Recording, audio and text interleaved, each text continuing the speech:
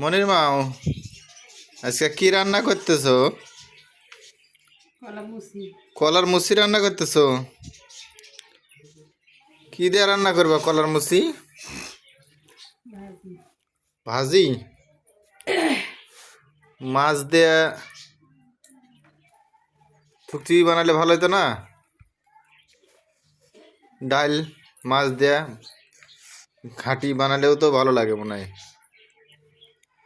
এটা হলো আইটা কলার গাছের মুসি। এটা আজকে হবে আমাদের তরকারি। আপনারা সবাই দেখতে পাচ্ছেন, দুইটা মুসি কিনে নিয়েছি 60 টাকা দিয়ে। অনেক সুন্দর, অনেক বড় বড় দুইটা মুসি। এই যে দেখতে পাচ্ছেন মনির মা করতেছে, বাঁচতেছে আর কি, পরে রান্না করা হবে। অনেক ধন্যবাদ সবাইকে।